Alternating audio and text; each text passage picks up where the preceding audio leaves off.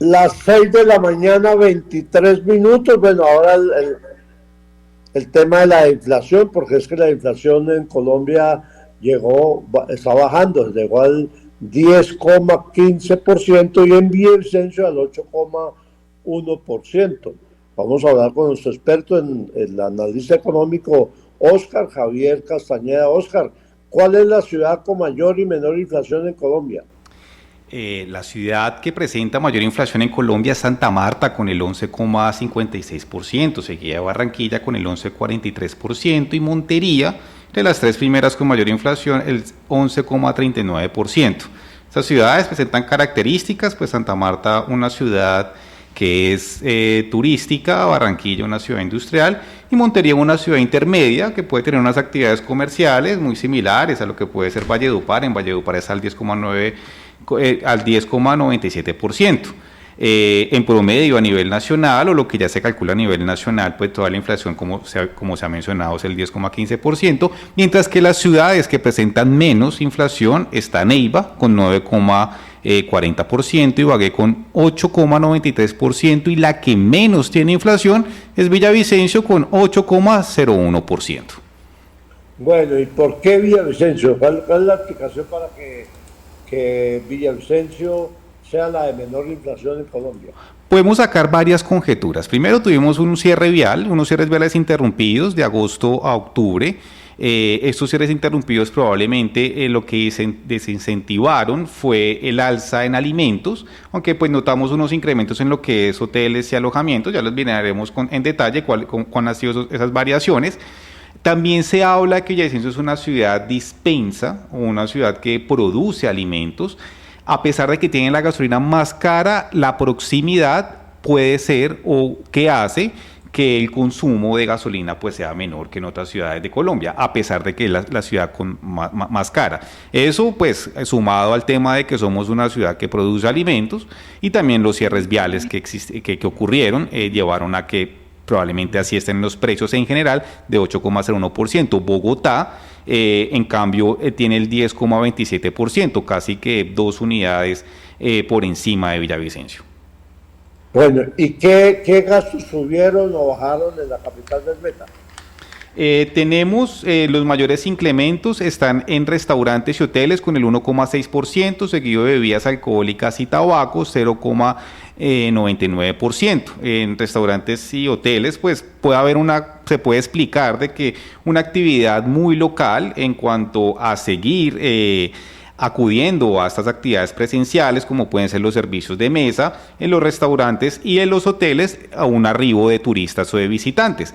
Tenemos en tercer lugar, el primero es el 1,06%, restaurantes y hoteles, seguido de bebidas alcohólicas y tabaco, 0,99%, y seguido de prendas de vestir y calzado con 0,80%. Prendas de vestir, ya la aproximación pues a una época decembrina durante noviembre, pues probablemente también llevó a que esto se encareciera, y de alguna manera pues también pues ya anticipándose a la temporada. Lo que menos ha incrementado en las ciudades, recreación y cultura, también es una actividad presencial, pero presenta una baja en precios de menos 0,02%, información y comunicación menos 0,24%, y bebidas, alimentos y bebidas no alcohólicas, que pues hace parte de lo que más se gasta en los hogares, menos 1,31%. Esos son los gastos que más han subido y los que más han bajado en la variación mensual. Esos gastos también se reflejan en el resto del país. O sea, Hay ¿en algo qué está a nivel nacional que se el está tema de la inflación? sí, señor. Hay algo que se está reflejando y es el transporte. Nosotros hemos tenido incrementos de gasolina que pasaron casi que en el transcurso del año de 5.000 pesos. El año pasado la gasolina estaba a 9.623 pesos aproximadamente en la ciudad, y llegó a incrementar 15.073 pesos. Este incremento no solamente se refleja en la ciudad, sino también a nivel nacional. A nivel nacional, en las variaciones, principalmente en la anual. En la anual, por lo menos a nivel nacional, el transporte pasó de 16,54% de incremento en la variación anual. Ahí ya notamos que restaurantes y hoteles, muy similar pues al comportamiento que ha tenido la ciudad de 10,35% a nivel nacional, lo cual también ya pues tiene algo de corresponde, más que correlación se llama esto, con el comportamiento económico de la ciudad y a nivel nacional. Tenemos por otra parte bebidas alcohólicas y tabaco, que también ha tenido un incremento a nivel nacional del 12,78%, se aproxima mucho. Lo que sí es curioso es que en la ciudad el transporte ha incrementado anualmente, pero en su variación mensual es del 0,70%. Es decir, tenemos la gasolina más cara, anualmente se refleja, pero mensualmente no viene a ser un gasto muy representativo. Yo pensaría, de modo muy percepción, que es la proximidad de la ciudad la que favorece que la gasolina sea muy cara, pero finalmente las distancias y la proximidad permiten que no se gaste mucho en gasolina. Bueno, están sentados en la mesa de negociaciones para el tema del salario, del aumento del salario mínimo para el próximo año. ¿En cuánto puede subir el salario mínimo según la información que usted maneja, Oscar?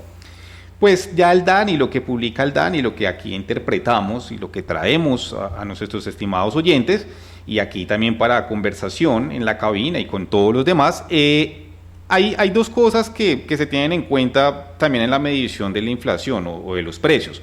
Una son los niveles de ingreso. Los pobres han tenido incrementos del 9,32%, la clase media al 10,15% y los ingresos altos del 10,42%. Hace poco un exministro de Economía mencionaba de que el incremento del salario mínimo puede ser del 10,15%, como está la inflación, puede ser el 11% o puede ser el 9%, pero teniendo en cuenta los ingresos. Hay que traer acá la cifra de que apenas se habla de entre 2.500.000 y 3.700.000 los que reciben un salario mínimo. Es decir, estamos hablando de que finalmente ni siquiera es el 50% de la población activa en Colombia, sino es un porcentaje muy pequeño el que recibe un salario mínimo. De ahí ya empiezan pues a ver entre 5 millones reciben entre 1 o 2 y finalmente apenas uno ganan más de 3 salarios mínimos. Se puede estar hablando, sí, de según cómo se dé estos incrementos en los precios, más que nada en clase media y en los pobres, como así lo clasifica el DANE, entre un 10 y un 11 puede estar la negociación del salario mínimo. También sea como el gobierno ceda ante lo que vienen a ser los sindicatos y también como entienda o como se llega a la concertación con los gremios. Recordemos que el Estado unilateralmente puede imponerlo a partir de un decreto o según el consenso que se logre entre gremios y sindicatos, lo cual puede estar entre un 9 y un 11%, entendiendo que la inflación subió para el mes de noviembre el 10,15%. Entre un 9 y un 11% puede estar subiendo el salario mínimo. Finalmente, Oscar, se está hablando de que con el aumento del salario mínimo las multas y otros gastos son indexados. ¿Qué es la desindexación? La desindexación son aquellos cobros que están sujetos a lo que vienen a ser los salarios mínimos. El año pasado, esto lo que llevó al gobierno fue que a partir de un decreto, estos son decretos de orden administrativo del Ejecutivo, de que se dejaran de indexar o que se dejaran de cobrar las multas a partir de lo que eran salarios mínimos y se tuvieran en cuenta, por lo menos en el caso de la vivienda, eran unidades de valor tributario. La vivienda también en algún momento, por una reforma que hizo el gobierno pasado, pues tenían esta indexación. Se subían según el salario mínimo o como establecía el salario mínimo casi desde el 2019 y el 2020, pero debido a la alta inflación, pues obviamente lo que ya vienen a ser las multas y demás se dejó de establecer según salarios mínimos, sino unidades de valor tributario, entre otras medidas, para poderlo cobrar. Probablemente dependerá de un decreto de que se siga estando sujeto las multas al salario mínimo o otras unidades de medida, como lo puede ser unidades de valor tributario y demás, que pueden llegar a afectar o aumentar el costo de lo que vienen a ser las multas, por ejemplo, Humberto. Bueno, Oscar, pues, muchas gracias por esta completa información. Estaremos pendientes el jueves de la información sobre la calidad del aire en Villavicencio. Que tenga buen día.